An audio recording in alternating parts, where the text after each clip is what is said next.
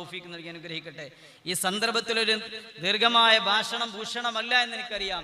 കാണാൻ കൊതിച്ചൊരു മുഖമായിരുന്നു പ്രിയപ്പെട്ട സൽമാൻ അസേരിയുടേത്. എപ്പോഴും ഫേസ്ബുക്കിൽ അദ്ദേഹത്തിന്റെ നല്ല ഡിബേറ്റുകൾ കാണും, പക്ഷേ പരിചയപ്പെട്ടിട്ടില്ല, കണ്ടിട്ടില്ല. എപ്പോഴും ലൈക്ക് കൊണ്ട് അദ്ദേഹത്തെ സപ്പോർട്ട് ചെയ്യാറുണ്ട്. അൽഹംദുലില്ലാ കാണാൻ കഴിഞ്ഞതിൽ വളരെ സന്തോഷമുണ്ട്. ഈ സമസ്ത എന്ന് പറയുന്നത് വളരെ വലിയ സാഗരമാണ്, വളരെ വലിയ സാഗരമാണ്.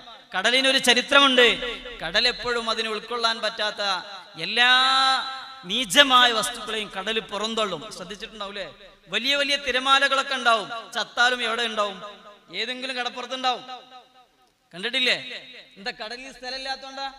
അല്ല, കടലിന് വൃത്തിഹീനമായ സംഗതിയൊന്നും കടലിന് വേണ്ട എന്നുള്ളതാണ്. സമസ്ത ഒരു മഹാസാഗരമാണ്, സമസ്ത ഒരു മഹാസാഗരമാണ്. ആ മഹാസാഗരത്തിൽ നിന്ന് പുറത്ത് പോകേണ്ട എല്ലാ നീചമായ വൃത്തികെട്ട സാധനങ്ങളും അത് നൂറ്റാണ്ടോട് അടുക്കുമ്പോഴത്തേക്ക് പോകുമെന്നുള്ളതിൽ ഉറപ്പാണ്, സംശയമില്ല. അൽഹംദുലില്ലാ വ്യക്തിപരമായിട്ട് തന്നെ പറയാലോ, ഞാൻ ആഗ്രഹിച്ചിട്ടുണ്ട് സമസ്തയ്ക്ക് ആവശ്യമില്ലാത്തവരൊക്കെ പടച്ചവൻ ഒന്നാണ് പുറത്തേക്ക് പോയെങ്കിൽ എന്നുള്ളത്. ഇന്ന് ബഹുമാനപ്പെട്ട എന്ന് പറയാൻ പൂതിണ്ട്. കാരണം അദ്ദേഹത്തെ പ്രഭാഷണം കേട്ട് ഒരുപാട് തക്ബീർ ധ്വനികൾ നമ്മൾ മുഴക്കിയിട്ടുണ്ട്. പ്രിയപ്പെട്ട നാസർ ഫൈസി, തിരിച്ചു വരാൻ നിങ്ങൾക്ക് അള്ളാഹു തൗഫീഖ് തരട്ടെ. സ്വയം ഇറങ്ങിപ്പോയതിൽ വല്ലാത്ത സന്തോഷമുണ്ട് എന്ന് വളരെ ഭംഗിയോടുകൂടെ ഇവിടുന്ന് പറയണം. ഇനി കുറെ ആളുകൾ പോകാണ്ട്, ഇതിൽ നിലകൊള്ളാൻ അള്ളാഹു നമുക്ക് തൗഫീഖ് തരട്ടെ.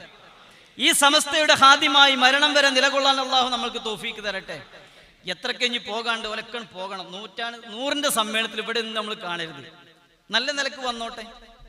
അപ്പോ പോകേണ്ടവരെല്ലാം പോയി വളരെ പ്യൂരിഫൈ ചെയ്ത് നല്ലൊരു സമസ്ത നമുക്ക്